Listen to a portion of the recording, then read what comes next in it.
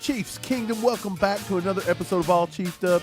We're back with another podcast for that ass. And today, Justyn Ross had an epic one-handed grab over the warden, Trent McDufiie, Steve. PJ Green says, a nice Chiefs back shoulder fade from Mahomes to Justyn Ross on Trent McDufiie, who was covering. I'm sure fans want that connection to flourish this year. Let's jump right into the highlight. Here we go.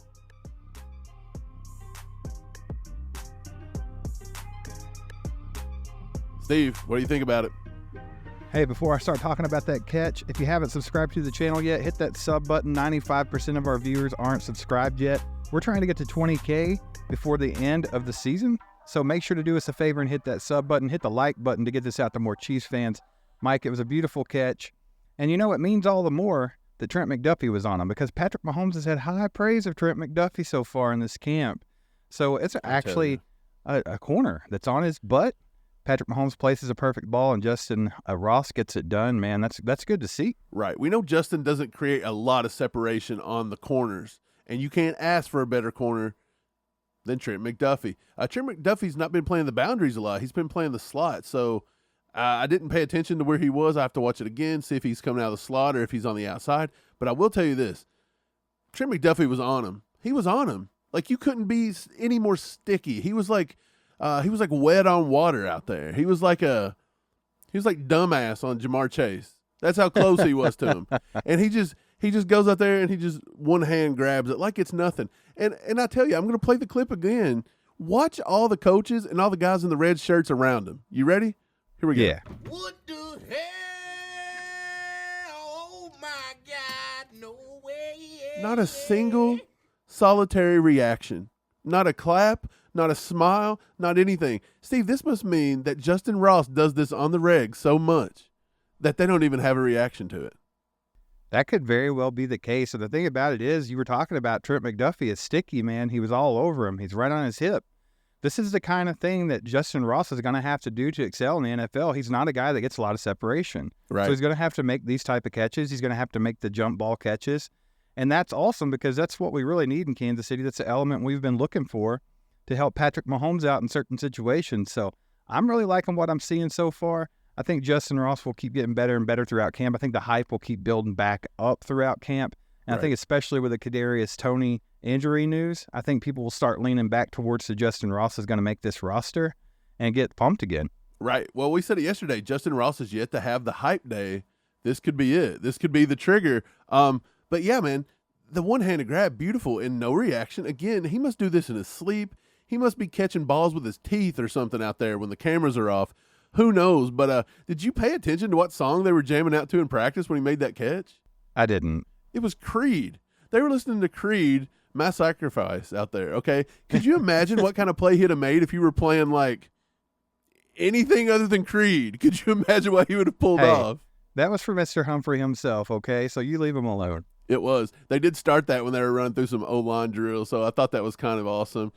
We also seen another big play out of another wide receiver today, Richie James. It says they were putting in their trick play walkthrough install today, and Richie James was actually taking balls. The Tyreek Hill halfback draw, that's for Skyy Moore, but Richie James had like some throws. So I was like, whoa, what's going on? What's going on? A few minutes later, it comes out, Richie James, who's talking after practice today, showing off his arm during install, and fires a deep pass down the field to Marquez Valdez-Scantling.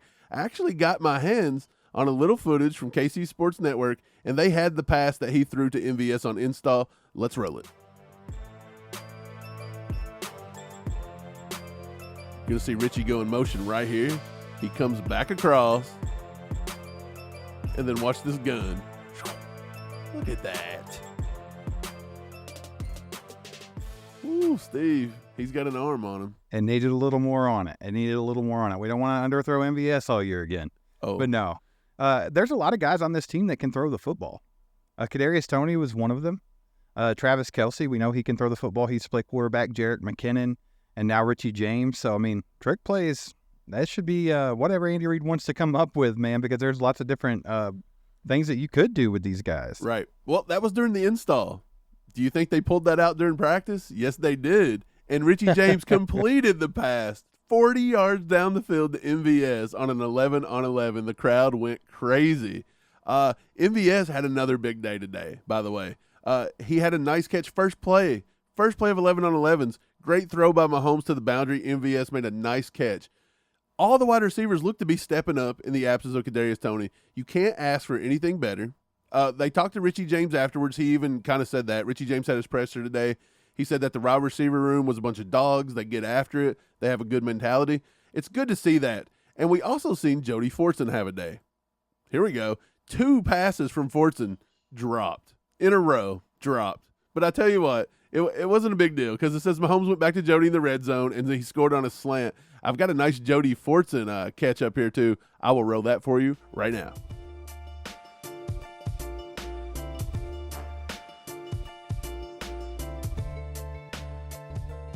Look, Mahomes has been talking up Jody Fortson, Steve. Jody Fortson could have a big year. He's had some trouble with some drops, but a lot of tight ends have had troubles with drops early in the camp. But they're all today. Tight ends had a great day, and Jody Fortson had a pretty good day. Right. Once again, shout out to KC Sports Network for these videos coming from camp. It's awesome that they're being able to get these and we can use them. Right. So that's really cool. Make sure to follow them on Twitter. That way you can see this stuff as well. Jody Fortson, man, I'm with you. I think there's a bit of a concern with all these drops because if you notice, I think it was the first day of camp with the vets. Jody Fortson had a big day with a couple of touchdowns, but he also had a few Right. drops. And then again today, you see a few drops, and then he comes back with a touchdown. So, yeah, if he could eliminate those little drops here and there, because those can be devastating in an actual game. You know, Well, not so much in, Right.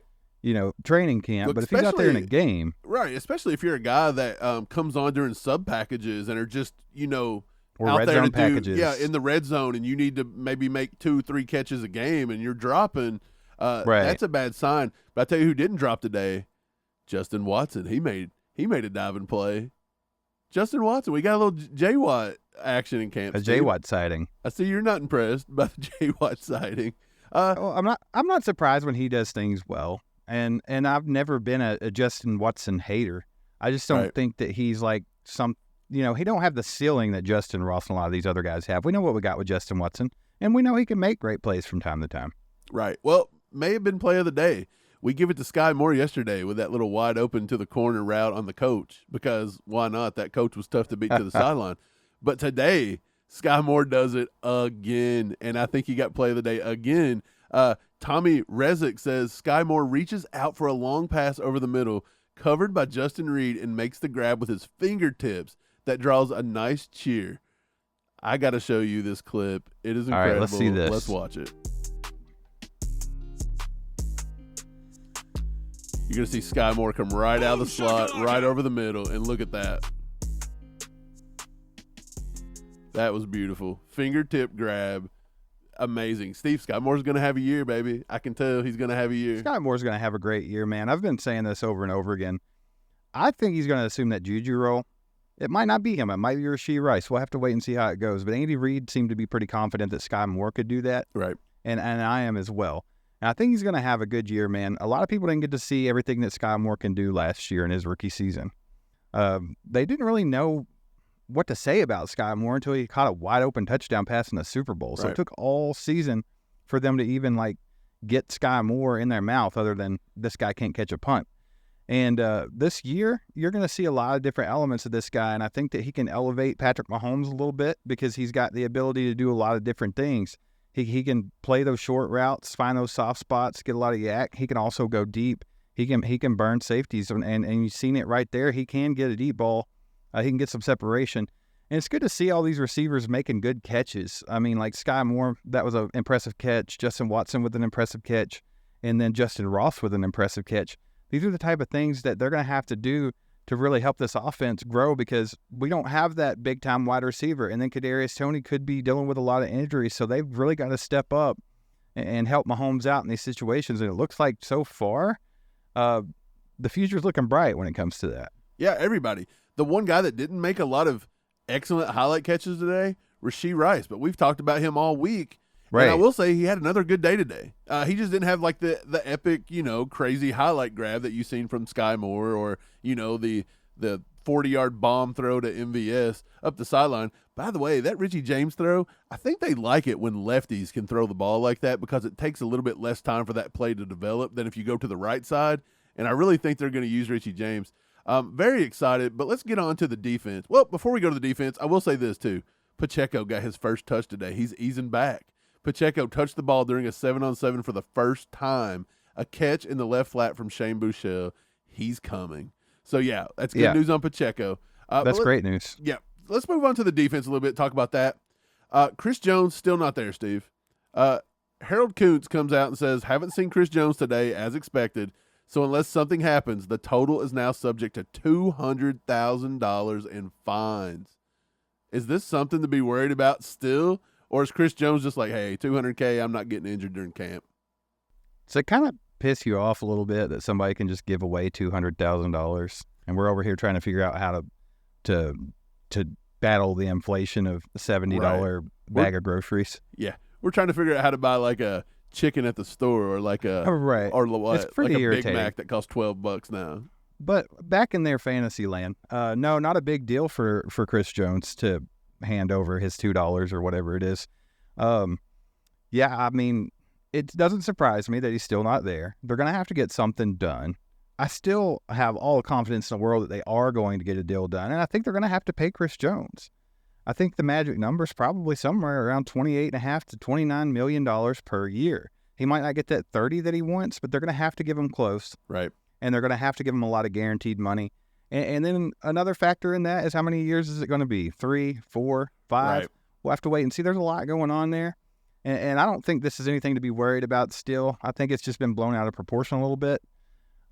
So I would give it just a little bit more time. It's not uncommon for these vets that are, especially in contract talks, to miss, a week, 2 weeks of camp. It's just not that uncommon. So I wouldn't be surprised to see something coming in the, in the next maybe even week. Right. Before we go any further, if you guys are going to be in Kansas City in the St. Joe area watching camp on August 15th, we're going to be at Zarda with our Chew with the Crew event. It's going to be from 7 to 9. Tickets start at $10. You can grab them at bit.ly/ACUTIX. That's ACUTix, $10. It's limited to 50 capacity. We're going to have Haley Lewis there. We're going to have Lance from the podcast The Spoken, and we're going to have a few other guests there. But I just wanted to tell you guys, tickets are still available, but they are limited. Let's move it along. We actually seen Nick Bolton out today, Steve. Matt Derrick come out and said Chiefs say Nick Bolton was out today with an illness. John Ross also wasn't there. He was excused from practice. They didn't say why. We did see Drue Tranquill is going to take some reps at the Mike linebacker from Nick Bolton. He'll probably know all three linebacker positions along with the sub packages. We talked about this yesterday. Tranquill had a big day yesterday, and now with Bolton out today, he was in the middle. He was running the defense. He now knows all three, or he's going to learn all three by the time this is said and done. Drue Tranquill is going to prove to be a nice addition by Brett Veach. Maybe the best addition Brett Veach does all, offseason besides the draft. I still think it's going to be the best acquisition we had in the offseason. I'm not super impressed with Brett Veach's offseason so far. I would be hard-pressed to say that he thinks it's been a great offseason because I don't think he's got to go with plan A hardly at all, starting with the draft. But Drue Tranquill is a great signing. He's a great football player. He can do a lot of different things. We knew he was going to be working on all three linebacker positions. He's going to know it. He's a smart guy, and he's going to elevate the guys around him. Nick Bolton, if they can move these guys around a little bit more than they have been able to, that just gives you more flexibility, and it can make these guys better at what they're doing, man. It can confuse offenses, and I'm excited to see it because I think Drew's a great football player. Like I said before, every time we played the Chargers, I hated him. Right. He was just annoying, and usually a guy that's annoying you that bad, it's because they're doing good, and it's glad to see him in the red and gold now. Right. Drew's all over the field. He's all over the field. He's fast. He can cover as a safety. He can cover over the linebackers. He can cover the slot. He can blitz. He can tackle. He can do everything. I think he's going to be a nice addition to this team. I know he's going to be a nice addition to this team. And it's just nice to see him out there being able to step in, and it looks like he's starting to pick it up pretty well. I think the big story in camp so far, besides some of the receivers and this and that, might be Najee Johnson. He keeps turning it on. Today, he was working with the first team. Him and Snead were on the boundaries as team one. Not Jalen Watson, not Josh Williams. It was Najee Johnson. And then they had McDufiie playing the slot. Nate Taylor says, once again, one of the minor subplots that has developed early in Chiefs camp is Najee Johnson, a 7th-round pick from 2022, is getting plenty of reps with the first team. Williams and Watson, starters at this time last year, are on the second team. Dude, Najee Johnson is looking like he may have worked himself into getting a nice opportunity here, and he's taking full advantage of it. Najee Johnson is probably a roster lock. Like if it were today, he's a roster lock considering how good they said he is on special teams as a gunner. He's one of the best 6 corners we have right now. Yeah, I think so. He's working his way in there, right? I mean, you have to think, Najee Johnson had to watch these guys excel last year as rookies, and he just kind of hung back and played special teams from time to time. Right. But he got to watch Jalen Watson and Joshua Williams go out there and start and in big moments last year. Yeah. And they got a lot of playing time. They got some big interceptions that everybody was talking about. Najee Johnson didn't get that opportunity, and I think this year he's told himself, I'm getting those opportunities. I'm going to get out there. I'm going to do this thing because I'm just as good or better than these guys. And I think that he's worked hard during the offseason, and I think he's out there trying to prove himself now. Yeah, I think Najee Johnson, all the talent in the world, and I think he, like you said, I think he's seen that, hey, 7th-round picks like Jalen Watson can get out there and do it. I'm going to keep my head down. I'm going to work. I'm going to do the little things. I'm going to do the special teams kind of stuff that gets me recognized.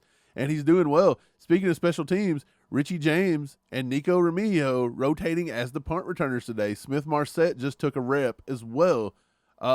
Richie James, jack of all trades so far. We've said it yesterday. We've been saying it. He's moving further away from the cut line, further to the lock position, especially with the Kadarius Toney injury. Does this give Nico a little bit of a chance? Like, because Nico is doing punt return, and he is technically that second guy that they're going to right now. Nico's got a shot to get on this roster if we were to take 7 and possibly move Kadarius Toney to start the season on IR, which still hit or miss, just an idea being thrown around. Yeah, I think Nico has a shot of getting on this team, especially if they're going to, play the odds and think there could be some injuries and they might take 7 wide receivers. Then, yeah, that gives him a shot to make the squad. Like we've said a million times, the kid's electric. If you watch his tape, he's just a playmaker. And that's the type of player that Andy Reid likes to have around. And you were talking about Richie James taking punt returns, and you were talking about Richie James throwing 40-yard bombs. So I was thinking, how cool would it be if on a punt return you were allowed to throw bombs?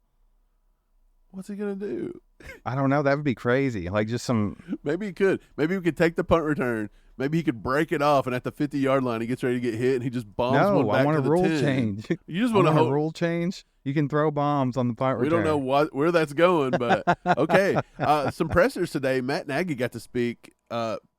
We've heard from Matt Nagy now for the first time in training camp. This is some of the highlights. With flashy trick plays today, he said he has a little say about how creative the offense get. It's ultimately up to Reed, Mahomes, with a sprinkle of Travis Kelce in there. He also says he's really impressed with how quickly veteran QB Blaine Gabbert has picked up the offense and learned the system. He says Richie is picking up the timing and language of the offense very well. He already understands how to throttle routes, etc. And then lastly, he said Rashee Rice came in phenomenal shape.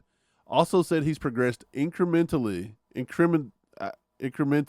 I'll get it right, throughout the offseason. Steve, high praise, but he's saying the same things about the same guys. It's Richie James, it's Rashee Rice, and it's guys coming in and making the plays.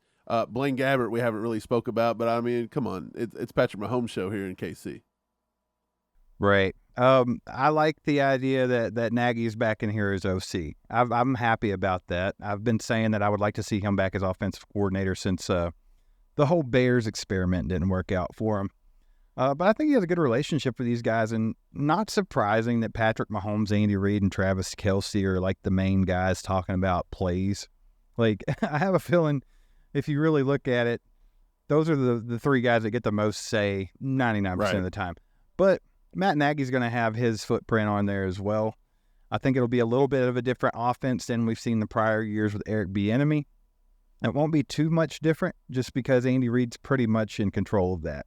But, just the play here and there that Eric Bieniemy would have got to call, it's going to be a different thing with Matt Nagy. And Nagy's got a great relationship with Mahomes.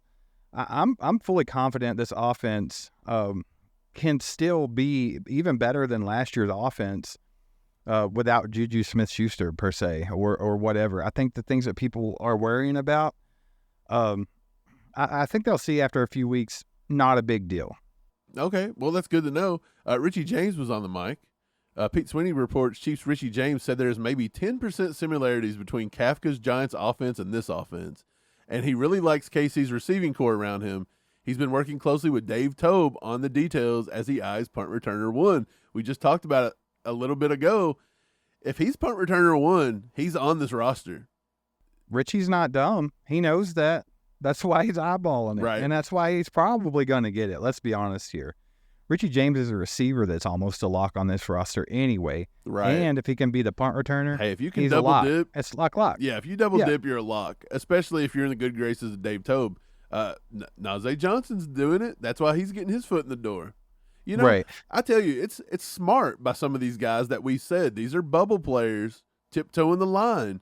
And I don't think Richie's a bubble player anyway. I mean, we thought that, and we thought he was straddling that line there for a while. But I think the way that things have gone down, I feel like Richie's pretty much a lock on this team. Like, I would put him well above Justin Watson at this point. I think they like his different abilities more than even Justin Watson. And Richie's really showing himself out there. And, we always talk about how maybe John Ross could make the squad as a special teams guy, or this guy could, or Nico could do it to be punt return.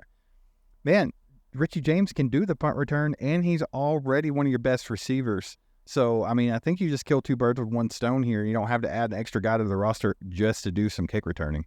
That's true. Creed was up today as well. Creed said that the heat hasn't been too bad so far in training camp. He was quoted saying, "I was training down in Oklahoma, and it was hot down there too."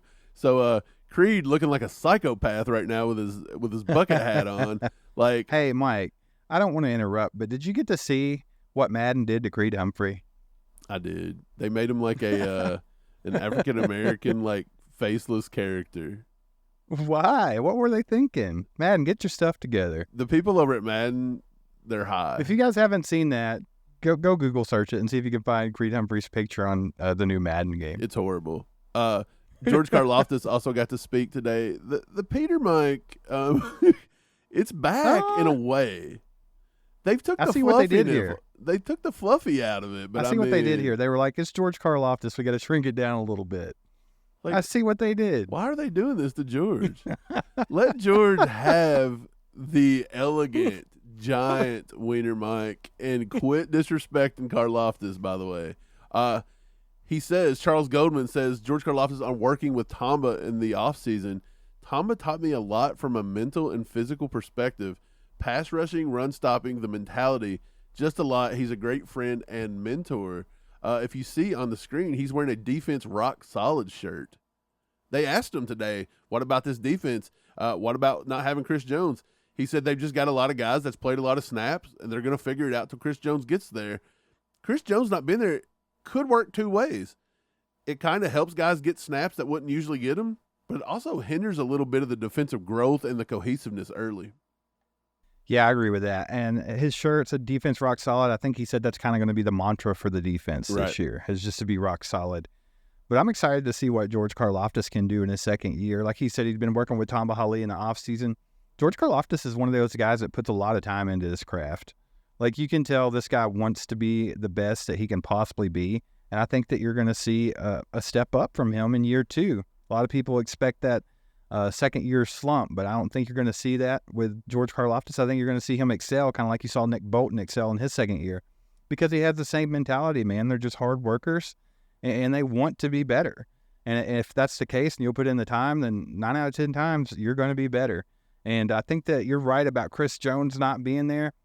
It does slightly take away a little bit from the cohesiveness, but most of the guys, well, I wouldn't say most of them. That was a stretch. I guess half of the guys have played enough with Chris Jones to where it won't affect them. But you got a lot of new guys in there as well, like Charles Omenihu. You got the rookies, Cadrick Coburn, Felix. Right. Yeah, so you're right. It could stunt it just a little bit. But let's hope that they get something wrapped up with Chris Jones here in the coming days, and then he can go ahead and get out there. Yeah, I'm excited to see Chris Jones get back. I know it's a financial standpoint, this and that, and I support Chris Jones getting what he can make. This is his last time. He don't get the endorsement deals and things like that. Right. A lot of people are just like, hey, let's trade him. That's a bad idea. It really is. Yep, terrible. Before we head out today, though, we got another tweet, and this is from King Slapnut himself. King Slapnut. Look at what Tyreek Hill said today. If there's any truth to this, he's a fool. Tyreek Hill says he plans to enter the Hall of Fame as a Dolphins player. What in God's name is he doing? Like, he knows how to get some clicks, that's for sure. But what's he think he's going to win with the Dolphins? Title Slapnut. He's a moron. This guy. I mean, Tyreek Hill's lost his mind. Anything for some, we hadn't heard anything about Tyreek Hill in a couple weeks since he smacked the old man. Oh, he settled that one, I think. I think he settled it. He had to say something stupid to get back in the spotlight because that's all Tyreek Hill cares about. It's all eyes on me, baby, and that's why he's not a Chiefs no more. Had to get back out there. But anyways, we seen some Justyn Ross highlight catches today. We seen Richie James showing off that arm. We seen Fortson having a big day. Skyy Moore having a big day. Lots of good stuff. We're going to talk about that more tonight. We're going to be doing a live stream, so you guys be sure to click onto that. Not sure on a time yet, but just click that sub, click that bell, and you'll know when we're going live. So with that said, watch this video that YouTube thinks you're going to like, and subscribe and hit that bell. We thank you. Aside from my soul.